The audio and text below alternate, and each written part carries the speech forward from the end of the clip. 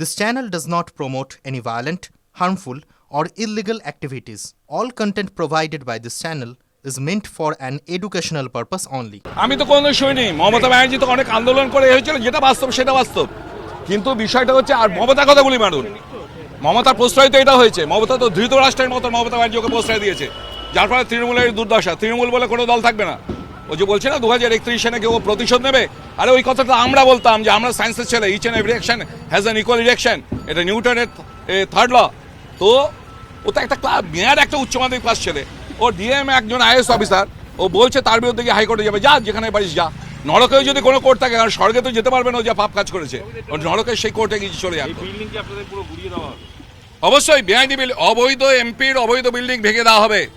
ছাপ্পা ভোটে জেতা অবৈধ সাংসদ, তার অবৈধ বিল্ডিং, যেটা একটা বেকারিকে পুড়িয়ে রাতারাতি পুড়িয়ে সেই 40-45 জন মুসলিম পরিবারকে আর খুঁজে পাওয়া যায়নি, মুসলিম শ্রমিকদের পরিবারকে খুঁজে পাওয়া যায়নি।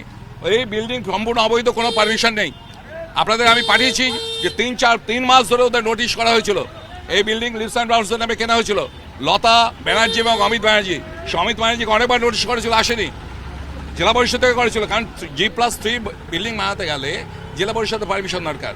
ও মনে করেছিল ওর রাজ সারা জীবন থাকবে, সেই জন্য পারমিশন নেওয়ার প্রয়োজন মনে করেনি, এবং বিল্ডিংটা অবৈধ, সেই অ্যাঙ্গেলে ওর বিল্ডিং ভাঙা হচ্ছে।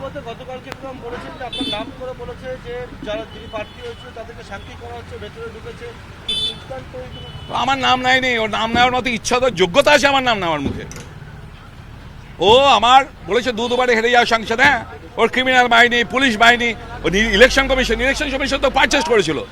আমি তো রাজীব কুমার, যে আগে যিনি জ্ঞানেশ কুমার ছিলেন, তার এগেনস্টে তো আমি ভিজিলেন্সে কমপ্লেন করেছি, অভিষেকের পুরো কাজ করেছে। আমি আরি আফতাব সিও তার বিরুদ্ধে করেছি, যার ফলে তো এবারে ভোটটা এত সুন্দরভাবে হয়েছে। ইলেকশন কমিশনাররা ভয় হোক বা ঠিক করে, ওর বক্তব্যের কোনো উত্তরই নেই আমার। ও এখন পাগলা হয়ে গেছে, ও একটা এমনি আমি বলতাম ক্রিমিনাল মাইন্ডেড সাইকো। ওর বক্তব্যের কোনো জবাব আমার দরকার নেই, প্রয়োজন বোধ করি না। ওকে ওর যা ইচ্ছা করতে হয়, ওর দম থাকে তো করুক। ওকে আমি চ্যালেঞ্জ দিয়েছিলাম, ডায়মন্ডে ঢুকতে দেবো না তোকে, ঢুকুক না।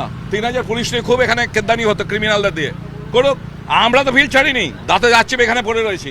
ও তো আমার নিচের দলের লোকদের দিয়ে টাকা দিয়ে তাদেরকে দিয়ে প্রচার করতো, ও নাকি আমাকে প্রতি মাসে 10 লাখ করে দেয়, আমি নাকি ওর সঙ্গে নেক্সাসে আছি। এইভাবে আমার পলিটিক্যাল কেরিয়ার অনেক ক্ষতি করেছো। কিছু করতে পেরেছে, ভগবানের উপর বিশ্বাস আছে, আর আমার মায়ের আশীর্বাদ হয়েছে উপর থেকে।